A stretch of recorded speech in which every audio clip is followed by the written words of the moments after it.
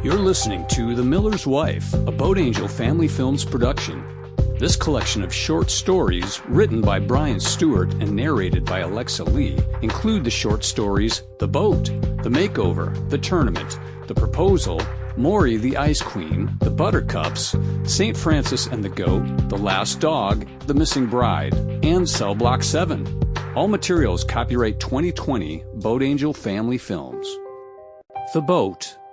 There were 3 to make the journey, sailing from the Calais harbor to Portsmouth. The boat they had was small but sturdy, about 6 meters long, overlapped oak with a strong spruce mast and spruce rudder. The keel was inlaid with lead ingot to give it stability, and it was freshly painted. The ropes were made of quality manila, and the 2 sails of heavy cloth woven by the women from the Mediterranean shores of Morocco.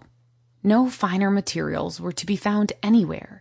They knew the journey would take 4 days, and they had packed well. The mother had knitted woolen sweaters and hats for all, and a bundle of soft white sheepskin blankets had been prepared as well. Her husband was a miller by trade. He had worked in Holland milling grain, until they found out that he was Jewish from Bavaria, and had cast him out on both counts, even though his Dutch was impeccable, without accent.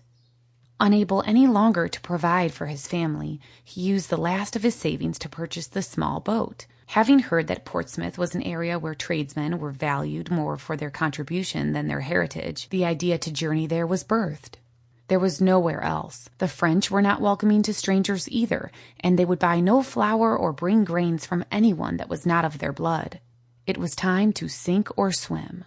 There was no one to see them off. They stocked enough food for the journey, some medicine, dried fruits, and beef jerky.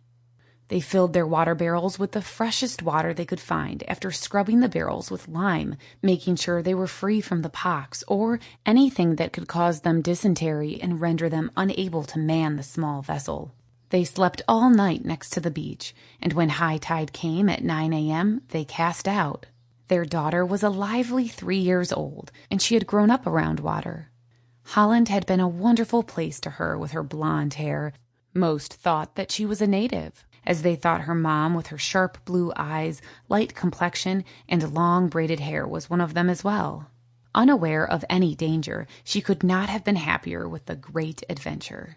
The husband had learned to read the stars and practice continually with a small sextant, mapping out positions and learning as much about navigation and currents as he could. For several weeks he had taken the boat out by himself each day, teaching himself to raise and lower both the jib and the mainsail. He was still upset and impatient, angry that the Dutch had... Sample complete. Ready to continue?